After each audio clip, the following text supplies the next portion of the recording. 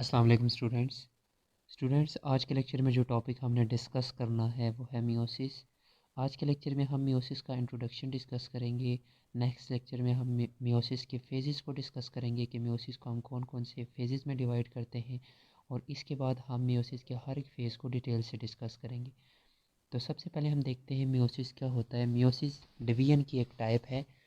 आपको पता है जो सेल डिवाइड करते हैं, मेनली हमारी बॉडी के अंदर जितने भी सेल्स हैं वो माइटोसिस से डिवाइड करते हैं। माइटोसिस एक ऐसा प्रोसेस होता है जिसमें एक सेल डिवाइड करके दो डॉटर सेल बनाता है, जबकि जो मियोसिस होता है ये एक ऐसा प्रोसेस होता है जिसमें एक सेल डिवाइड करता है और उस एक सेल के डिवीजन से चार डॉटर सेल्स बनते हैं। मियोसिस एक स्पेशल टाइप की डिवीजन है जो कि सिर्फ हमारे जर्म लाइन सेल्स के अंदर होती है। जर्म लाइन सेल्स बेसिकली कौन से सेल्स होते हैं? Germ line cells specific reproductive cells होते हैं।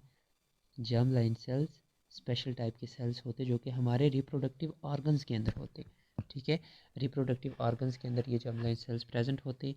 जब इन जर्म लाइन सेल्स के अंदर मियोसिस का प्रोसेस होता है तो उसके नतीजे में बनते हैं गैमेट्स।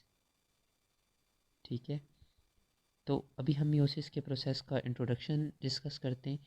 सबसे पहले इसकी डेफिनेशन है कि मियोसिस को हम किस तरह से डिफ़ाइन करते हैं।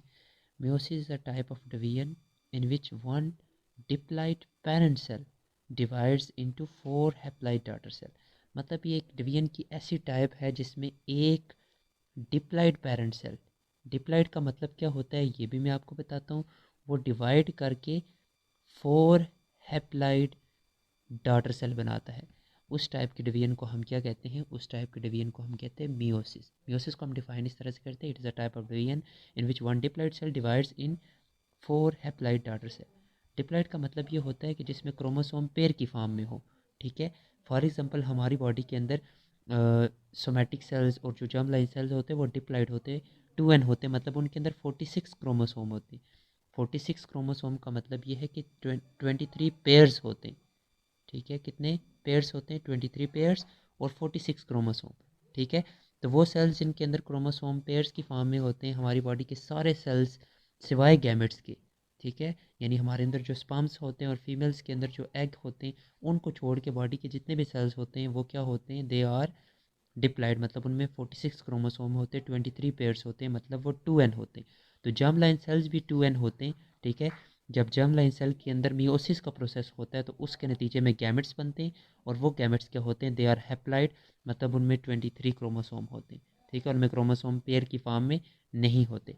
ठीक है, यानी आपको पता है कि ये जो क्रोमोसोम पेयर की फॉर्म में होते हैं उन दोनों पेयर में से एक क्रोमोसोम इन हैप्लॉइड सेल्स के अंदर होता है, मतलब 46 क्रोमोसोम जो होते हैं ना उनको हम 23 पेयर्स में डिवाइड करते हैं। जो गैमेट्स होते हैं उनमें क्रोमोसोम पेयर की फॉर्म में नहीं होते, बल्कि वो जो पेयर होते हैं ना उन पेयर्स को हम वैसे उनके लिए एक और स्पेसिफिक नाम भी हम यूज़ करते हैं, होमोलोगस क्रोमोसोम। ठीक है, ये जो 23 पेयर्स होते हैं उनके लिए हम होमोलोगस पेयर का वर्ड भी यूज़ करते हैं, यानी हमारे अंदर 23 जो डिप्लॉइड सेल्स होते हैं उनके अंदर 23 होमोलोगस पेयर्स प्रेजेंट होते हैं, और जो गैमेट्स होते हैं उनके अंदर इन दोनों पेयर में से एक क्रोमोसोम होता है। ठीक है, तो मतलब 23 क्रोमोसोम होते हैं, हर एक पेयर में से इनके अंदर कोई सा एक होता है। ठीक है, या ये वाला होगा या ये वाला होगा, कोई सा एक होगा। ठीक है, तो गैमेट्स आर हैप्लॉइड, ये बात आप ध्यान में रखिएगा।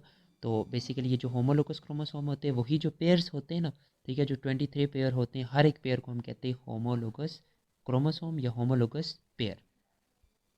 अच्छा, meiosis a type of division in which one diploid parent cell divides into four haploid cells. ठीक है, in man diploid cells are 46। हमारे अंदर जो डिप्लॉइड सेल्स होते हैं उनके अंदर कितने क्रोमोसोम होते हैं?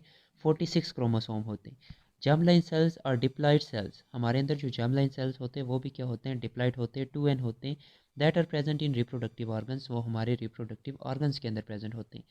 Germ line cells divide by meiosis, germ line cells meiosis के प्रोसेस के जरिए डिवाइड करते हैं एंड प्रोड्यूस हैप्लॉइड सेल्स, और इनसे हैप्लॉइड गैमेट्स बनते हैं। ठीक है, अगर ये एक जर्म लाइन सेल है, ये 2n है, तो अगर इसके अंदर मियोसिस का प्रोसेस होगा तो इसके नतीजे में क्या होगा? इसके नतीजे में चार हैप्लॉइड 1n गैमेट्स बनेंगे। ठीक है, तो इसके अंदर 46 क्रोमोसोम थे, इन सब के अंदर 23 23 23 23 जाएंगे। ठीक है, तो ये बात आपने जहन में रखनी है। इसके बाद द हैप्लॉइड सेल्स और गैमेट्स, ये जो हैप्लॉइड सेल्स बनते हैं मियोसिस के प्रोसेस के ज़रिए उन्हें हम कहते हैं गैमेट्स। ठीक है, अब ये जो मियोसिस का प्रोसेस होता है ये सेक्सुअल रिप्रोडक्शन में हेल्प करता है। Meiosis help in sexual reproduction. Meiosis किस तरह से सेक्सुअल रिप्रोडक्शन में हेल्प करता है आपको पता है? जो मेल गैमेट्स होते हैं स्पर्म, ड्यूरिंग सेक्सुअल रिप्रोडक्शन ये होता है कि मेल गैमेट और फीमेल गैमेट एग और स्पर्म फ्यूज़ करते हैं। ठीक है, स्पर्म और एग फ्यूज़ करते हैं जिसके नतीजे में बनता है जाइगोट। और फिर ये जाइगोट ग्रो करता है, इसके अंदर माइटोसिस का प्रोसेस होता है और ये फिर जाइगोट बनाता है ऑफस्प्रिंग। ठीक है, ये जाइगोट बनाता है बेबी। ठीक है, तो ये जो स्पर्म होते हैं और ये जो एग होते हैं, स्पर्म और एग जो फर्टिलाइज होकर एक दूसरे के साथ मिलकर जाइगोट बना रहे हैं, ये स्पर्म और एग कहाँ से बनते हैं? ये बनते हैं बाय मियोसिस। ठीक है, हमारे रिप्रोडक्टिव ऑर्गन्स के अंदर। तो इस तरह से मियोसिस हेल्प करती है सेक्सुअल रिप्रोडक्शन में, क्योंकि मियोसिस के ज़रिए क्या बनते हैं? गैमेट्स। ठीक है, तो नेक्स्ट लिखा हुआ है मियोसिस अकर इन जर्मलाइन सेल्स। ये बात भी ठीक है, मियोसिस का प्रोसेस होता है वो जर्मलाइन सेल्स के अंदर होता है और जर्मलाइन सेल्स भी 2n होते हैं। ठीक है, मतलब उनके अंदर भी 46 क्रोमोसोम होते हैं, 23 होमोलोगस पेयर होते हैं। ठीक है, अब वो कह रहे हैं in most organism meiosis produces gametes. ये बात भी ठीक है कि बहुत सारे ऑर्गेनिजम्स के अंदर, बहुत सारे एनिमल्स के अंदर ये जो मियोसिस का प्रोसेस होता है ये गैमेट्स बनाता है। ठीक है, इसकी एक्सेप्शन क्या है वो हम आगे जाकर देखेंगे।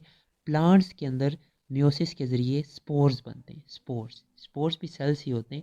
ठीक है, तो एनिमल्स के अंदर, मोस्टली एनिमल्स के अंदर मियोसिस के ज़रिए क्या बनते हैं? गैमेट्स। ठीक है, यानी एग और स्पर्म। ठीक है, और ये गैमेट्स जो होते हैं फ्यूज़ करके जाइगोट बनाते हैं। ठीक है, और जाइगोट से फिर आगे क्या बनता है? ऑर्गेनिज्म बनता है। ठीक है, यानी एग, ये अगर स्पर्म है तो इसके अंदर भी 23 क्रोमोसोम होंगे। ठीक है, ये फ्यूज़ होगा किसके साथ? एग के साथ, और एग के अंदर भी 23 क्रोमोसोम होंगे। जब ये दोनों फ्यूज़ होते हैं, ठीक है, फर्टिलाइजेशन का प्रोसेस होता है तो जाइगोट बनता है और जाइगोट के अंदर दोबारा से क्रोमोसोम कितने आ जाते हैं? 46 आ जाते हैं। ठीक है, और फिर ये जाइगोट माइटोसिस से डिवाइड करेगा, इसके अंदर माइटोसिस का प्रोसेस होगा और ये जाइगोट फिर कन्वर्ट हो जाता है ऑफ स्प्रिंग में।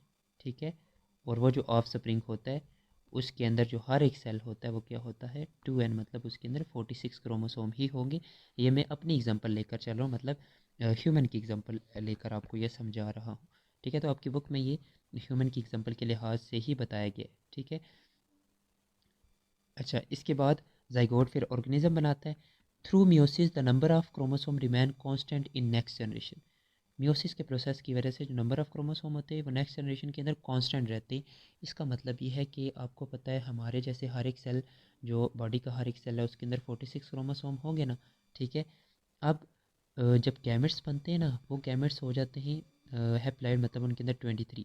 जो स्पर्म होगा उसके अंदर भी 23 क्रोमोसोम होंगे और जो एग होगा उसके अंदर भी 23 क्रोमोसोम होंगे। ठीक है, अब जब एग और स्पर्म और एग जब मिलते हैं ना तो जाइगोट बनता है और जाइगोट के अंदर दोबारा से क्रोमोसोम कितने आ जाते हैं? 46।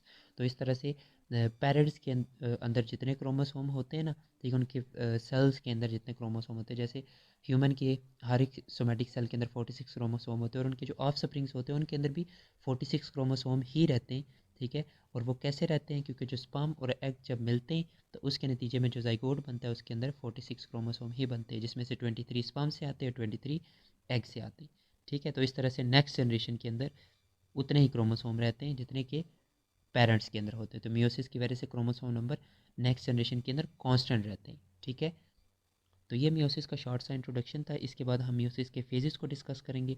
यहाँ पे आपको पता चल गया कि मियोसिस एक ऐसी डिवीजन होती है जो कि हमारे जर्मलाइन सेल्स के अंदर होती है, जिसके नतीजे में गैमेट्स बनते हैं और एक जर्मलाइन सेल्स मियोसिस के प्रोसेस के ज़रिए 4 गैमेट्स बनाएगा। ठीक है, तो मियोसिस के फर्दर कौन से फेजेस हैं, उन फेजेस के अंदर कौन कौन से इवेंट्स होते हैं, उन सबको हम डिटेल से डिस्कस करेंगे। ठीक है, तो अगर होमोलोगस क्रोमोसोम के बारे में कोई भी क्वेश्चन है तो इसके ऊपर वीडियो भी बनी हुई है। अगर कोई क्वेश्चन इस टॉपिक से रिलेटेड है तो नीचे आप कमेंट सेक्शन में पूछ सकते हैं। शुक्रिया, अल्लाह हाफिज़।